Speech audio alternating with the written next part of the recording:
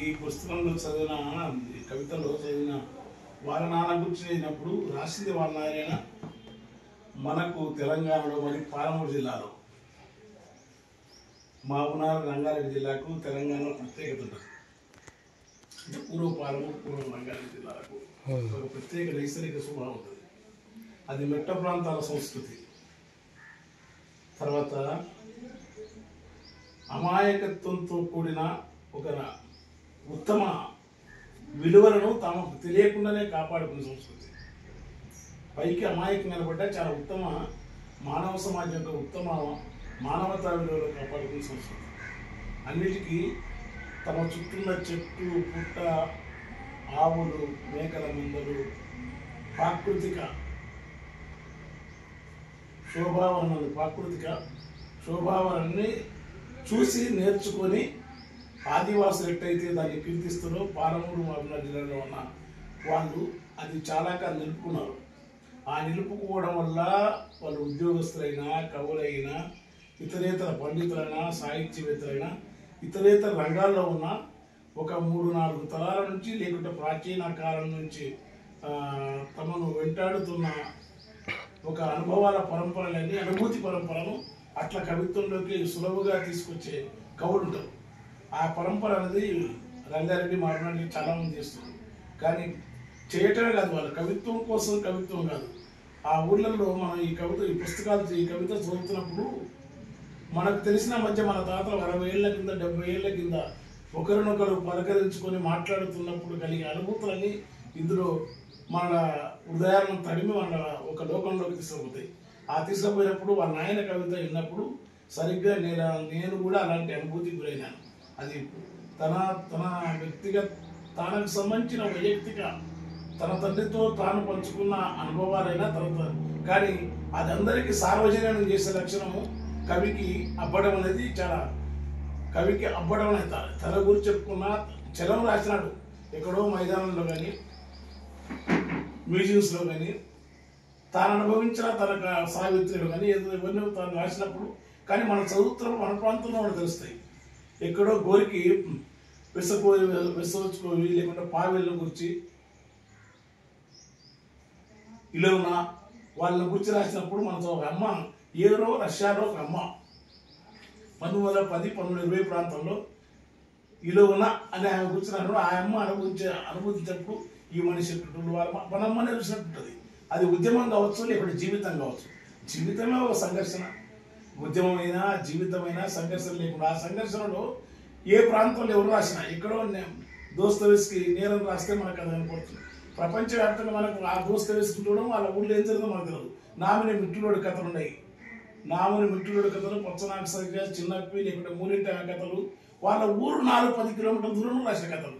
కానీ మనం చదువుతున్నప్పుడు ఆ పాత్రలు మనకు ఎదురైతే ఎవరైనా సరే రావి శాస్త్రి ఆ ఊళ్ళో ఏ కవైనా చేయాల్సిందంటే తెలియకుండా ఆ వాళ్ళు రాసే కథలు వాళ్ళ నాన్న గురించి ఆయన రాసుకున్నప్పుడు నాకు నామిని కథ చదివితే ఎంత వాళ్ళ ఏడు చెట్లు అనిపించిందో అదొక తన వ్యంగ్యాత్మకంగా రాస్తుంటాడు లేకుంటే తన అనుభవాలు రాస్తుంటాడు. కానీ ఇక్కడ నామిని ప్రాంతానికి మన ప్రాంతానికి పెడుతుండడం వల్ల ఈ పేదరికంలో ఒక తండ్రి తన కుటుంబం కోసం పడేదాన్ని ఎంత సులభంగా ఒక పెద్ద కావ్యం కావాలి. తన తండ్రిని గుర్చాలంటే తండ్రి గమనాన్ని గురించి మనకు పెద్ద కావ్యం రాసి విస్తృతంగా గురించి. కానీ ఎకానమీ చలం యొక్క పరిమితంగా వాక్యాల యొక్క పొదుపు అనేది వాక్యాలను ఎక్కువ వాడకుండా మనకు ఒక్క కవితలు ఒక 10 పంక్తులైన 10 వాక్యాలు 10 పంక్తులలోనే మనకి ఇంత జీవితాన్ని వాళ్ళ కళ్ళని తెప్పించేంత మంచి కవిత రాసినాడు. అట్లా అందుకనే ఈ కవిని చూసినప్పుడు మసుంటి మనిషి తంబాకులో కరెంటు తీగల్ని దోస్తులు చేసి అసలు కరెంట్ అనేది ఆధునికత 76-77లో 78 వచ్చిన మన ప్రాంతంలో 75లో 79 వచ్చింది. కానీ వచ్చిన తర్వాత ఆధునిక కరెంటు మీద రాస్తాము ఆధునిక వస్తువు కదా అనుకోవచ్చు. కానీ అదే ఆధునిక వస్తువును కరెంటు పోల్స్ అనే మాట వాడకుండా వస్తువు మారింది, వృత్తి మారింది. కానీ మనిషి మనస్తత్వం గ్రామీణ పాండిత్యం కలిగిన వాళ్ళు ఆధునికతను కూడా సమాజ పరిణామంలో వీళ్ళేమో నాస్టాలజీయపోతున్నారు. కానీ తమ నాస్టాలజీయపోతులకు అపప్రదుంది. పల్లె కవులు అపప్రద కాదు, ఒక అందరది రాస్తున్న నాస్టాలజీ అని కాదు. నాస్టాలజీ తమ అనుభవాలను వెతుక్కుంటున్నప్పుడు సమకాలీన సమాజం జరుగుతున్న అంశాలను భాష ఎంత గొప్ప భాష స్తంభ వంశం. ఇప్పుడు నేనే ఆశ్చర్యపోతున్నా. నాకు గ్రామీణ జానపదాలు తెలుసు, మాండలికాలు తెలుసు, స్తంభం అనేది మర్చిపోయినాం. అదే కరెంట్ పోల్స్ అంటాం. ఆ పదం మనం ఎత్తుకొచ్చేస్తుంది. నాయన స్తంభ వంశం మనిషి స్తంభాలకు కరెంటు తీగలను దోస్తులను చేసి పనున్న ఊళ్ళో రాత్రి అంతా ఉదయించుతాడు. అసలు ఇది కరెంటు తీగలను దోస్తులు చేసిన ఒక ప్రతీకతోని పని ఉన్న ఊళ్ళో రాత్రి అంతా ఉదయించడం అంటే రాత్రి అంతా చీకటి నేను కరెంట్ అయి వెలుగుతున్నది. 3-4 రోజులకు ఒకసారి ఇంటికి వచ్చిన ఆయనకు తునకల కూర సవటికి ఆశపడేటోళ్ళం. ఆకలి కడుపు నిండాలంటూ గుండె నిండా నీళ్ళు వచ్చి ఉండేదమ్మా. గుండె నిండా గుండి నిండా ఈ గుండి అంటే పాత్ర. ఈ గుండి నిండా నీళ్ళు వచ్చి ఉండేదని ప్రతి ఇంట్లో దొరుకుతుంది. కానీ మనం ఎందుకు రాయలేదనిపించింది ఆశ్చర్యం అనిపిస్తుంది. ఎందుకంటే లేమిలో ఉన్న సౌందర్యం ఉండి లేకపోవడం అనేది చాలా మంది అనుకుంటారు. కవికి అది వరం. బాగా ఉన్నవాడికి మనం ఎంతో తనలాడి గిలగొట్టుకొని గొప్ప కావ్యం రాయాలంటే డబ్బులు సిరి బాగుందనుకో, సిరి బాగున్నవాడు రాయాలంటే అది రాయలేడు.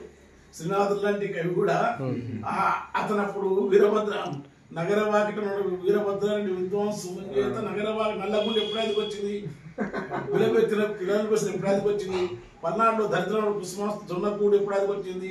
అంటే కవులకు కానీ రచయిత కానీ ఆ లేమి అనేది పెద్ద వరం. ఆ వరాన్ని డబ్బులున్నా లేకుంటే ఆస్తులున్నా ఆ లేమిని కూడా సంపదగా భావించి దాన్ని కాపాడుకుంటాడు. మిగతా వాళ్ళకి లేమి శాపం, వాళ్ళ పేదరికం సమాజంలో ఆత్మనిస్తుంది. కవికి ఎంత లేమంటే ఎంత బలం. అది అవధూతలకు యోగులకి ఎంత డబ్బులను టెస్ట్ కొడతారు.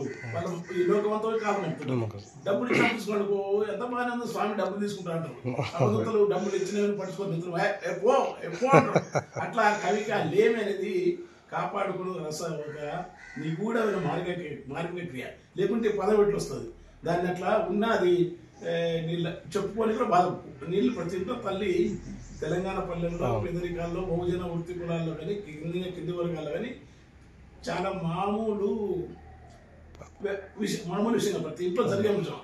కానీ దాంట్లో ఒక రుచి ఉంటుంది. ఆ నీళ్ళు ఎక్కువ ఉంటుంది. కానీ దాన్ని పట్టుకున్నా అంటే ఆయన మమకారం దాని పట్ల ఉంది. గుండె నిండా నీళ్లు వయసు ఉండేదనేది పిల్లలు తింటే తను తిన్నట్లేనంటూ సగం తిన్న పువ్వు గిన్నెతో కుక్క కడుపు నింపుతాడు. ఎంత మాట అంటే ఏ కవి ఇప్పుడు ఈయన ప్రయోగం కుక్క కడుపు, అసలు ఇలాంటి ప్రయోగాలే కవిత్వాలు పడతాయి.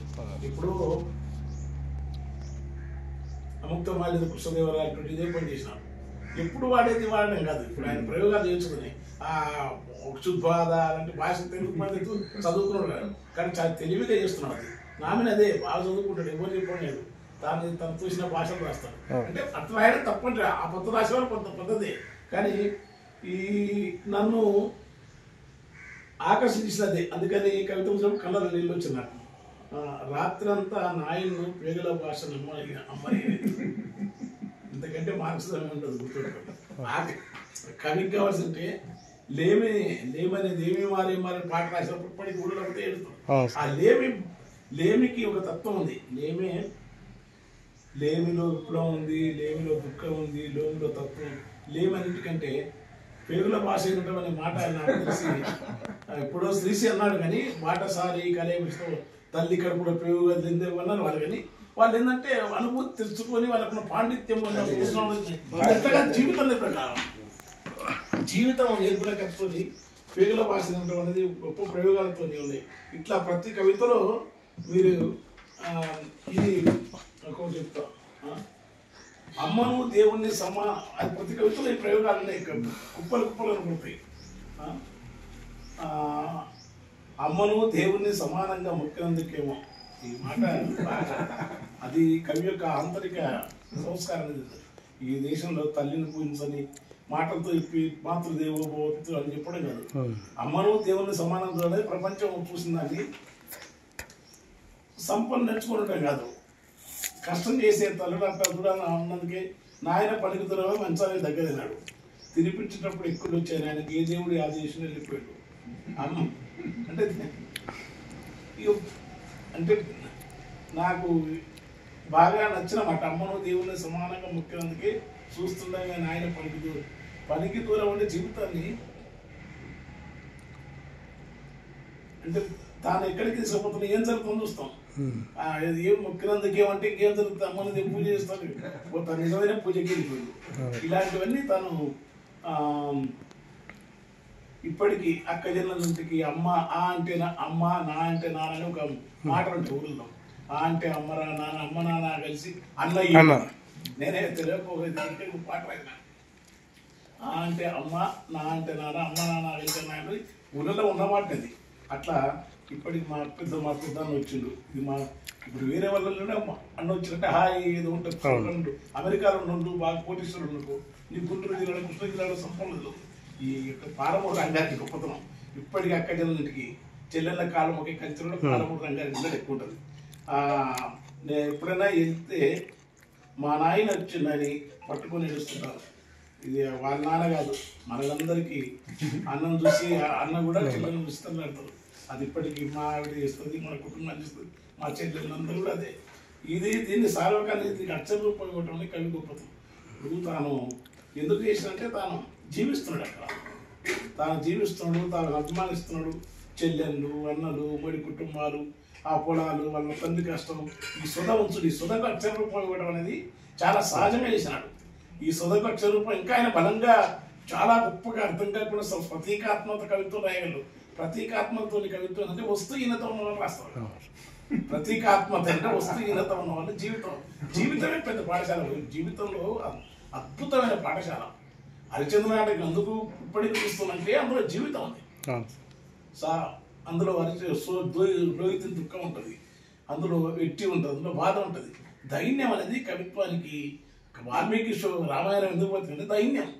ఈ దైన్యం అనేది జీవితాన్ని నీకు అన్నిటికన్నా దైన్యాన్ని కోరి, అది కాకుండా రియల్ ఎస్టేట్ వ్యాపారం, చిట్టీల వ్యాపారం, పని కట్టుకొని అంచెలేసి ప్లాన్లు వేసి రాజకీయ పార్టీలు వాళ్ళ అనుచరులుగా ఉంటే ఆయన మొత్తం ఒక మెట్టు వెళ్తున్నాడు. కేదార్నాథ్ సింగ్ హిందీ కవి చెప్తాడు, నీ ఒక్కొక్క మెట్టు ఆస్తి వెలుగుతా ఉంటే నీ అనుభూతులు నీ కవిత్వం అంత తగ్గుతూ ఉంటాడు అన్నాడు అని చెప్తాడు కేదార్నాథ్ సింగ్. దాని తెలుగులో చాలాసార్లు అంటే ఈ మధ్యన వాదం వచ్చినారు. కేదార్నాథ్ సింగ్ కవి చాలా గొప్పడు. మనం ఎట్లయితే పెరుగుతా ఉన్నా మన కవిత్వం అనుభూతి అవుతాయి. కానీ ఆయన గ్రామంలో ఉండటం, దూరవేది లాంటి పండిత కవి తర్వాత గురువుగా ఎంచుకోవడం వల్ల ఇలాంటి సహజత్వాలు వస్తాయి.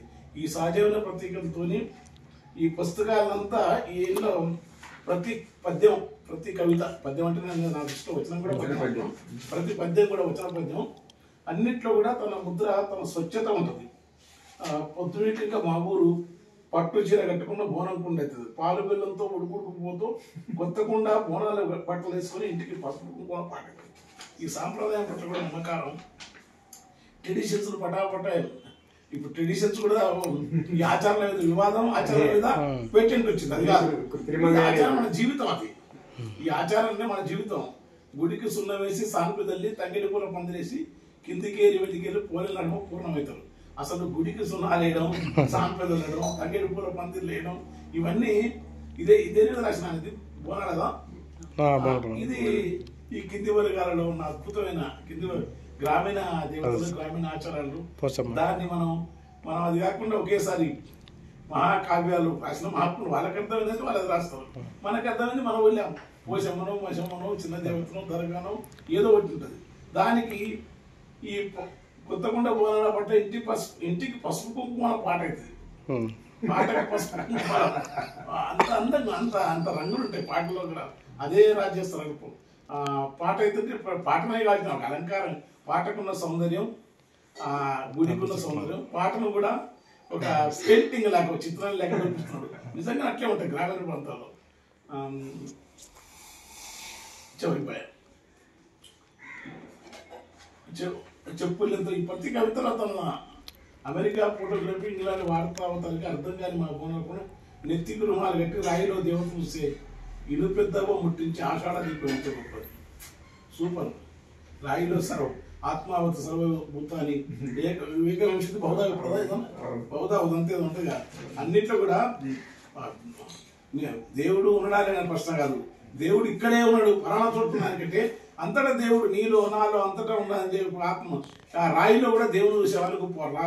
రాయిని కానీ, చెట్లను కానీ, పొదలను కానీ, గొర్రెలు మందలను కానీ. అందుకని నిత్యం వాళ్ళు యోగులు గొర్రెల కాపర్లు కానీ, పశువుల కాపర్లు కానీ ఊళ్ళలో శ్రమ చేస్తున్న వాళ్ళ దైవత్వాన్ని వాళ్ళు, దేవుడు అంటే వాళ్ళ దృష్టిలో నరకం, మోక్షం, అరికొద్ది రంభం ఉంటుంది, స్వర్గానికి పోతుంది, భ్రమలు ఉంటాయి వాళ్ళకు. ఏంటంటే ఇంతే ఈ స్థావర జంగమాత్మక జగత్తు మన కనకడుకున్న జగత్తులో నిత్యం వాళ్ళు దేవునితోనే ఉంటారు. దేవుడు అనేవాళ్ళు ప్రత్యేక నాడు నా శైవం నా రుద్రం నా విష్ణువు నా పృథివీ నా వాయు నా తేజు సర్వస్వ కాలం వాళ్ళకి వెళ్ళి తెలియదు. రమణ మహర్షి చెప్పిన నీ యొక్క లోక విముక్తి అనేది తెలియదు వాళ్ళ గ్రామాల ప్రాంతంలో. నీ ఆలోచన నుంచి విముక్తి నీవే స్వస్వరూపం అద్వైతం అది తెలియదు. కానీ వాళ్ళకు తెలుసు ఒకటి, ఆ చెట్టు తన వేరుగా చిన్న చెట్టుకు దెబ్బ పడితే బాధపడతారు, చిన్న పండుగన దెబ్బ పడతారు. అట్లా వాళ్ళు ఏంటంటే ఏమి తెలియకుండానే మహోన్నతంగా అది కాదు ప్రశాంతంగా బతికినంత కాలం కూడా దాని గురించి పెద్ద ఆలోచించారు. దేవుడికి సూపుతున్నాయన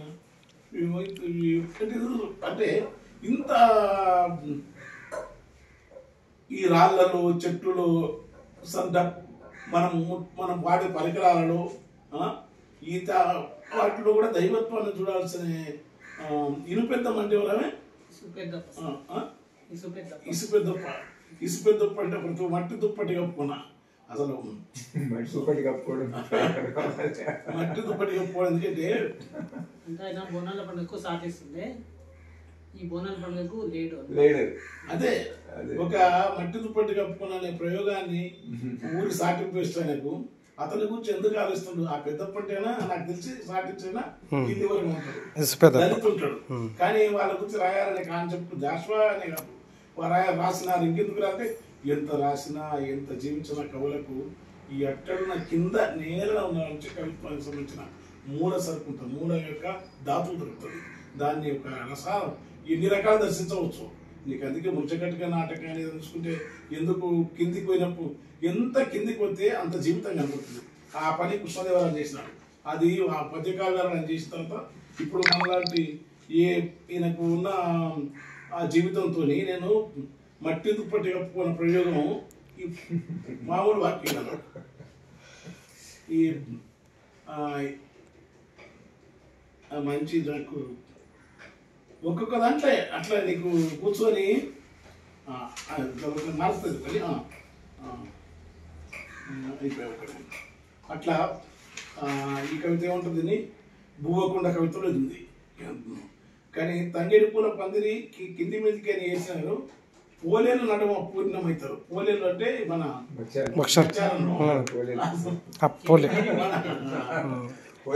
పూర్ణం అంటే ఎట్లా దాంట్లో ఇదైపోయినారు చెప్తున్నాడు. అసలు ఆహార పొరపాట్లు మనకు తెలియాలి. అంటే కింది వర్గాలకు తిండి ఉండదు, వాళ్ళకి ఉంటుంది కాదు. అందుకే ఇమ్మడి చంద్ర కవిత్వంలో చాలా చోట్ల ప్రస్తావిస్తాడు. కింద కూడా ఒడిపిల్లు గునిగారు విసలు పొడిసాక అట్లా ఈ కింద ఈ పోలేను దాంట్లో పూర్ణం అయిపోయినాం మనం. అంటే గుడికి సున్న వేసి సాయంత్రం తగిడి పూల పందిరేసి కింది మీదకి వెళ్ళి పోలినాడు. అంత మాధుర్యాన్ని పంచుతుందని చెప్పి ఒక్క వాక్యంలో చెప్తున్నాడు. ఈయనకు బేసికల్ ఏంటంటే ఇక తెల్లవార్త భక్తి కవితలో మంచి గుణం ఉంది. అది ఆ మంచి గుణం ఏంటంటే తను అధ్యయనం కూడా ఉంటుంది. పైకి ఇట్లా అమాయకంగా కూడా ప్రాచీన సాహిత్యం ప్రాచీన పెద్ద కావ్య అధ్యయనం ఉంటుంది. అధ్యయనం ఉంది, దాంట్లో మునిగిపోకుండా కొత్త దారి వేసుకున్నాం. కొత్త దారి దొరవేటి గారి పద్యాలు చూస్తే కథల్లోకి వస్తే ఆయన కథలు వేరుంటాయి. విమర్శ రాసినప్పుడు చాలా లోతుగా నీకు ఊహించనుకుంటున్నాం. మనం వాళ్ళ స్థాయి అకాడమిక్ ఆచార్యుల స్థాయి కంటే దీంట్లో ఉంటాయి. అట్లా ఒక ప్రక్రియను బట్టి కవిత్వం ఏంటంటే ఈయన కవిత్వం ఏంటంటే మట్టి పరిమాణం, మట్టి యొక్క గంధాన్ని మట్టిలో అక్షరాలను తాను సృష్టించిన అక్షరాలు మట్టిలో ఉంచి మట్టిని తగ్గి మట్టితో మనకు దీంట్లో ఉన్న మట్టిలో దాగి ఉన్న పన్నీరు, మట్టిలో దాగిన గంధం, మట్టిలో దాగిన బంగారు, పైకి మట్టే దానిలో వచ్చే ఒక మట్టే కానీ నల్లని మట్టిలో నుంచి ఎర్రని గులాబీలు వేసినట్టు, నల్లని మట్టి నుంచి తెల్లని పత్తి నవ్వినట్టు ఆ మట్టిని మట్టిలో తన అక్షరాలను తడిపి నానేసి మనకు కొత్త గింజ అట్లా ఇచ్చినాడు. అందుకని మట్టిని ప్రేమించడం, మట్టితో ఉండాలి, నేల పైకి దాకా. అందుకని కవిత్వం నిండా ఎక్కడ జాగ్రత్త పడ్డాడు. అందుకే నివాడతారు, ఇట్లాంటి కవులు వాడతారు. ఎందుకంటే ఈయన పదాలు కూడా నాకు ఏంటంటే దీంట్లో ఒకటి ఆయన వాడే ప్రతీకలన్నీ అద్భుతమైన ప్రతీకలు ఉన్నాయి. ఓ నవ్యత్వం ఉన్నది వాడిన ప్రతీకలు. ఎవరి అనుకరణ ఇప్పుడు ఎంతో వచ్చే ఏం రాయాలి ఒకే వస్తువు భిన్నంగా రాయచ్చు. కాశీనగరాన్ని ఎంతో మంది చూసినారు. అదే కాశీనగరాన్ని ఒక చూస్తే కొత్తలో ఉంటుంది. ఇప్పుడు బంజ అక్కడి నుంచి మహాకవి నుంచి అట్లనే వెన్నెలను ప్రతి కవి చూసినాడు. కానీ ఎన్నెలను ప్రతి కవి కానీ వాళ్ళకి రామ జీవితాన్ని దువ్వూరామరెడ్డి కాడ నుంచి పాతకాల కాడ నుంచి మాలాంటోళ్ళకి ఆడడం అందరూ చూసినారు. కానీ తాను వాళ్ళు ఎవరి ప్రభావాన్ని ఇంకించుకోకుండా వాటిని చదివే అనుభూతి ఎన్ని ఉంటలేవు, కానీ గ్రామాన్ని తనకు క్షేత్రం అందిస్తున్నారు. తన కవిత్వానికి అంతా తాను పనిచేసే స్కూలు, తన ఊరు, తన చుట్టూ ఉన్న వస్తువులు చాలా తక్కువ. దోస్తవేసి కూడా తను చిన్న తనకు సంబంధించిన ఊళ్ళో టారు స్థాయి ఆ ఊళ్ళో చుట్టుకుంటూ రాసుకుంటాడు. ఏ కవినా సరే ప్రపంచ ప్రేమచంద్ర కూడా తాను బతికి తాను ఇప్పటికీ కేశవరెడ్డి నామిని కేశవరెడ్డి క్లాసిక్ రైటర్, తెలుగు సాహిత్యంలో చివరి గుడిసే అంటూ ఆయన ఒక క్లాసిక్ రైటర్. ఆయన తనకు తెలిసిన ఊరు తన చుట్టూ ఊళ్ళో కథలు 8 కథలు 8 నవలను క్లాసిక్ తెలుగు సాహిత్యంలో. అట్లా నీకు ఒక పాద ఉండాలి. కానీ ఆయన చదువుతున్నప్పుడు ఆయన రాసిన వాళ్ళ ఊరు కావచ్చు, నా ఊరు రాయలేదు. చరణ్ చెప్పినట్టు తాను ఆంతరికంలో తాను అనుభవించే వ్యక్తి కవి అనుభవం సార్వజన్యం చేయడే కవిత్వం ఉంటాడు. ఆ సార్వజన్యం ప్రక్రియ చరణ్ చెప్పినావు అది తెలిసి రాస్తలేదు, అంత బలంగా వాటిని సూచించాలి. ఆ చెప్పే క్రమంలో దీంట్లో తాత్విక అంశాలు వస్తాయి, రాజకీయాలు ఉంటాయి. అది పని కట్టుకొని ఎక్కడ నాదప్రాయం లేదు. తనకు కూడా రాజకీయ దృక్పథం లేకుండదు, తనకు కూడా తక్కువ దృక్పథం లేకుండదు, తనకు కూడా ఒక ఆధ్యాత్మిక సాంప్రదాయం లేకుండదు. కానీ వాటి పదాలు పడికట్టు పదాలు అవి అక్కడ కలిపొస్తాం. పడికట్టు పదాలు ఇచ్చేసి వాటిని తీసుకొస్తే ఏమైందంటే దానివల్ల ఏమైందంటే తెలంగాణ ఉద్యమ గీతాలలో వెలుగుతో చుట్టూ పని జరిగింది. అట్లా కవి అనేది మన పని కాదు, రాజకీయ నాయకులు చేసే పని, విమర్శకులు చేసే పని, తర్వాత అన్నిటికంటే కాలమిస్టులు జర్నలిస్టులు చేసే పని కవి. ఇప్పుడు దానికి దూరంగా ఉన్నాడు. దానికి దూరంగా ఉండటం వల్ల ఎక్కడ నాకు అది పంటి కింద రాలేక గుర్తులేవు ఆ పదాలు. అది కవి చేసిన పని. ఒకటి చెప్తా,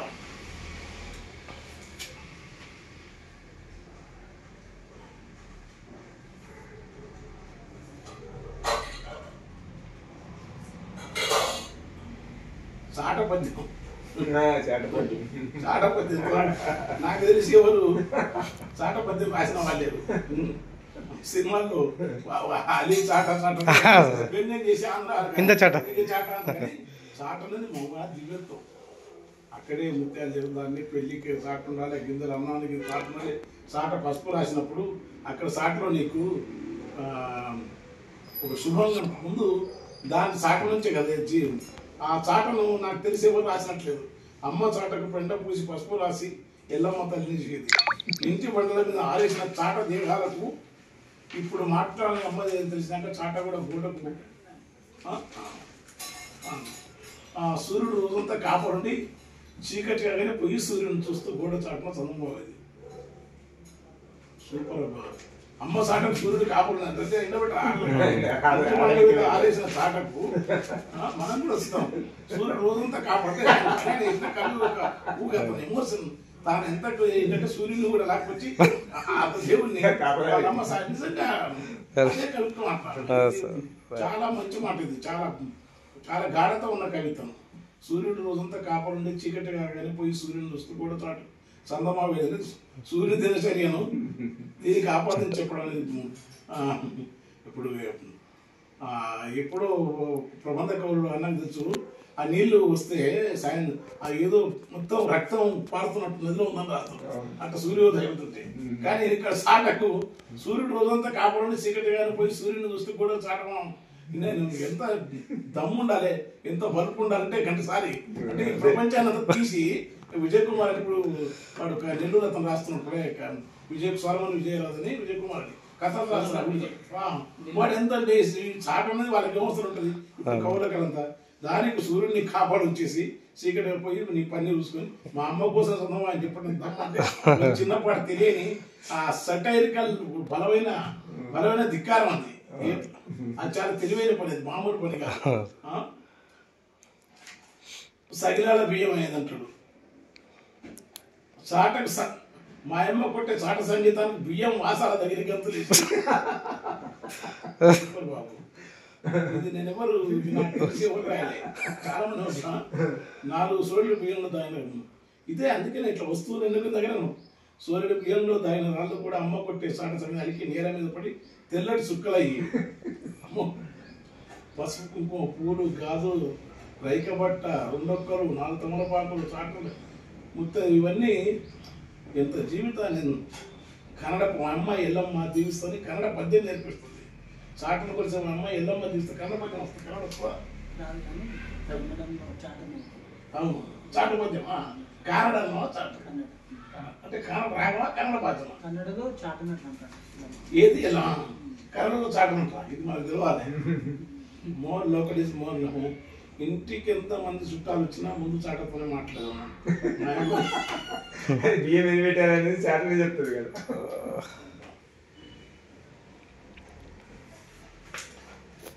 ఈ ఒక్కదానికి ఈ కవి ఆంధ్రలో వచ్చింది సూపర్. ఇప్పుడు మాట్లాడి అమ్మలేదు సాట మనకి ఇక్కడ తీసుకుపోయి ఏదో అంత చెప్తున్న సాట కూర్చుకుపోయి ఫోటో అవుతుంది చాలా అంటే లేదు అని చెప్పనికే అది లేదు. ఇప్పుడు చాట ఉందా దీని అవసరం అంటే ఆ అనుభూతి ఎప్పటికైనా మీకు బొమ్మ పెయింటింగ్ ఏరియా వచ్చిన బొమ్మలాగా మనకు నాస్టల్ శంకర్ వాళ్ళ పాతకాల బొమ్మలు వైకుంఠం తర్వాత ఒడ్డాది పాపయ్య వైకుంఠం తర్వాత కాపరాజయ్య గారి బొమ్మలాగా ఇప్పుడు ఆ చాట ఇప్పుడు అది ఆ పెయింటింగ్ లో కనపడేది. ఇప్పుడు మన ఈ చాట పద్యం మాత్రం నీ మార్క్ ఇప్పుడు ఎవరు చాట పద్యం సొంత పాట రాస్తే ఎవరు సొంత పాట రాస్తే ఏ కవి కూడా ఆ ప్రయత్నం చేయలే. గల్లీ రాసి గల్లీ మీద ముట్టుకోలేవారు. వాన వచ్చినామంటే వాన వచ్చినప్పుడు రాయలే. అట్లా ఈ చాట పద్యం ఎవరు రాయాలి ముట్టుకోరు. ఎందుకంటే దాని అన్ని నీకు ఇంతకంటే చెప్పేది ఇన్ని ఉందా అనిపిస్తుంది. ఇన్ని ఉందా దీనికి అనిపిస్తుంది. అట్లా మామూలు విషయాలను తాను గాంచిన తనకున్న అంశాలను కవిత్వం చేసే కవి యొక్క బలం కనపడుతుంది. చాలా మంచి విషయం ఉన్నది. విషయం కాదు అంటే దానికి పేరు అంటే ఉపన్యాసం బేసికల్గా అతను అంత పుట్టు కవి లోపల మెట్ట నాగేశ్వరరావు చాలా మంది కవులు రాస్తున్నారు. కానీ ఈ రంగారెడ్డి పాలమూరు కంటే కూడా రంగారెడ్డి ఇంకా పాలమూరు నుంచి వేరే భూమి వచ్చింది ఇంటికి వచ్చినా కానీ ఆ పరిగి ప్రాంతం అంతా ఇంత రిమోట్ ఏరియాలో అంత మంచి కవిత్వం వస్తుంది.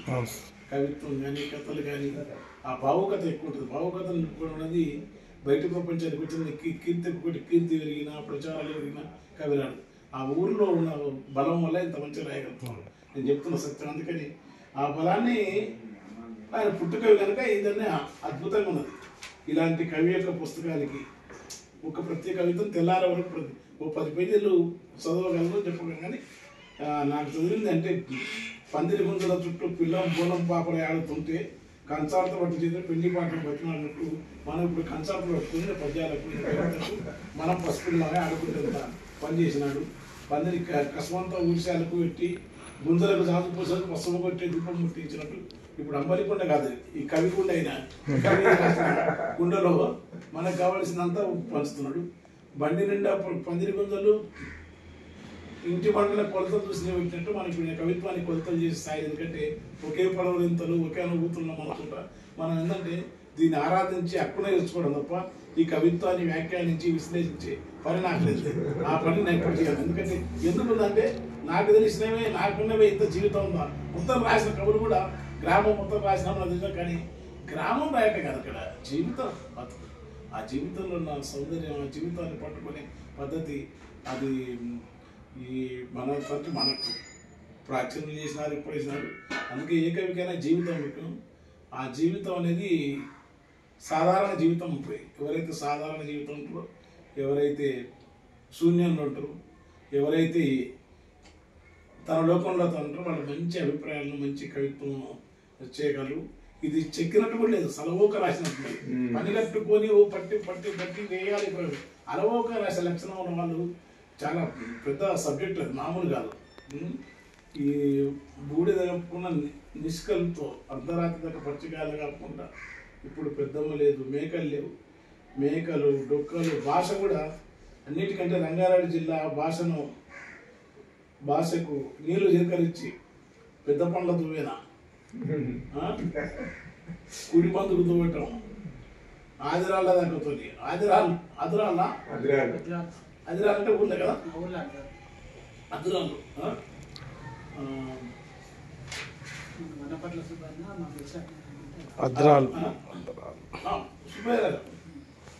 సుబ్బయ్య కూడా సుబ్బయ్య తన పుత్రుడు రాస్తాన్ని విస్తృత కదా.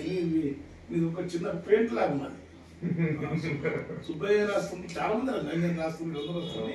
నీ అదృష్టం ఏంటంటే నీకు సాట ఎవరు రాదు ఎవరు దృష్టికి రాదు. కళ్ళు దుకాణం కూడా వదలలే.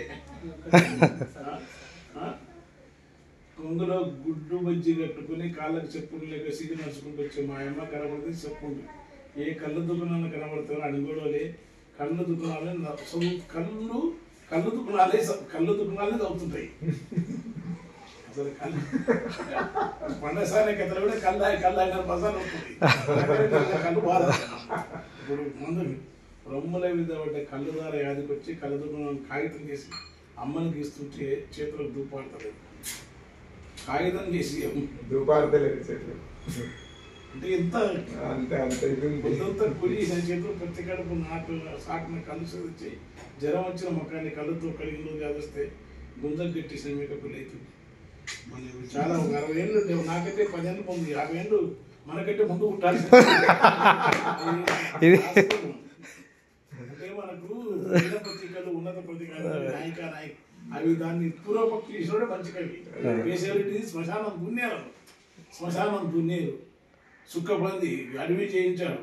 ఇట్లా ఏ ఆధునికతవాదం కాదు, ఆధునిక అనోత్తర పోస్ట్ మార్టం జీన్పాల్ సార్కి లాంటి కూడా చెప్పకుండా మనకి ఆ ఎంత చదువుకున్నా మనం రాస్తున్నాం. 2 మిరపకాయ బజ్జీలు, 2 గుడాలు, 1 కళ్ళు సీసా, ఒక కళ్ళు సీసా పానానికి మంచి కాకుండా అమ్మకు నిధులు ఆశ్రయితుండే. మంచి వెనుక అదే మంచివి మంచి పానానికి కళ్ళు ఇప్పుడు అంటే వేరు. ఆ రోజు వాళ్ళు అయిన కళ్ళు 70 తర్వాత 80 తర్వాతనే అమ్మది అయిన కళ్ళు నాకు తెలిసి 80 వరకు అట్లేదు. కళ్ళు తాగకుంటే కాంజేతులు గుంజుతాయంటే భూమ్మ దుఃఖం కడిగి ఉరికి రమ్మంటుండే మా అమ్మ. కంది చేనులో ములిసిన బంతిపు పెరుగుడు చేనులో అమ్మ కళ్ళని చేసి బండెనక నడిచే కట్టెలమో చాలా గొప్ప లక్షణం. పండగ వస్తే పిల్లల కొత్త బట్టలు సావటికి తల్లరమ్మకు ఈరోజు కొత్త బట్టలు పెట్టాలంట. కొడుకు జంగయ్య తీసుకో బిల్లాయి కొడుకు జంగయ్య ఇంటి అల్లుడు నరసింహులే ఇంటికి బువ్వగిన్న అంటివి. కొడుకు జంగయ్య ఇంట అల్లుడు ఇంటికి బువ్వగిన్న అంటివి. బావ కూడా నీ ఇంటే వచ్చిందని ఎట్లా అర్థనమ్మా. భలే విషాదం అనేది పైకి ఎంత సౌందర్యం అంత విషాదం ఉంది. ఈ కావ్యం నిండా ఆర్ద్రత ఎక్కువ ఉంది, అనుభూతి ఆర్ద్రత ఎక్కువ ఉంది. అవునన్న ఆర్ద్రత ఎక్కువ ఉందన్న. అదే ఆర్ద్రత బాగా పచ్చిగాయాల బతుకు కాదు సమంతి ఎండరాసినట్టు మా ఈ పుస్తకంతో ఎండ పెట్టిన 4 వారిగా ఆకలి గీతాలు నువ్వు మాకు ఇచ్చినావు. అలా వదలలే, సాటలు వదలలే, కళ్ళు దుఃఖం వదిలే. కళ్ళు దుఃఖం వెళ్తాను, కళ్ళు దుఃఖం వదిలే దమ్ము ధైర్యం ఉండాలి. ఎక్కడన్నా రాస్తే నన్ను మళ్ళీ ఎక్కడన్నా ముట్టుకోరు. కళ్ళు దుఃఖం పొద్దంటున్నా అదొక యోగం మనకు. అది కూడా ఒక యోగం. దున్నయ్య దాసుకుంటాడు, అది కూడా యోగం. తాగరా సిద్ధ వీరడం కాదు, తాగరా సిద్ధ తాగరా. ఈ కంచులో వీరడం అంటే సూపికులు కూడా తాగుతారు. గంజాయి తాగుతారు కళ్ళు తాగుతారు. మరి అది ఉత్తమం అంటే వామాచారాన్ని వాళ్ళకి తెలియదు. వామాచారాలు మనం చేయాల్సిన అవసరం లేదు. కానీ ఉత్పత్తిలో నుంచి జీవితం నుంచి కాసింత మనిషికి వెసులుబాటు ఇచ్చేది తన జీవితం నుంచి తనకి ఏమాత్రం ఆధ్యాత్మికమా బతుక స్త్రీయా లేకుంటే సౌందర్యమా కరణ కొంత వెసులుబాటు ఇవ్వాలి. ఆ వెసులుబాటు ఆ లేమిలో ఆ కష్టాలలో ఆ శారీరక శ్రమలో ఈ లోకంలో ఉన్న పరస్పరం ఒక అలజడిలో ఆ వెసులుబాటు ఇస్తుంది. కళ్ళని కాదు, ఒక పద్యం వచ్చు, అన్ని అలజడులకు వెసులుబాటు ఇచ్చేదాన్ని అక్కడే ఈ పుస్తకం చదివితే మనకు వెసులుబాటు ఇస్తుంది. ఆ ఉపశమనం కలగజేసిన మిత్రుడికి శుభాకాంక్షలు. మన తర్వాత నేను అది డ్రాప్ చేస్తాను.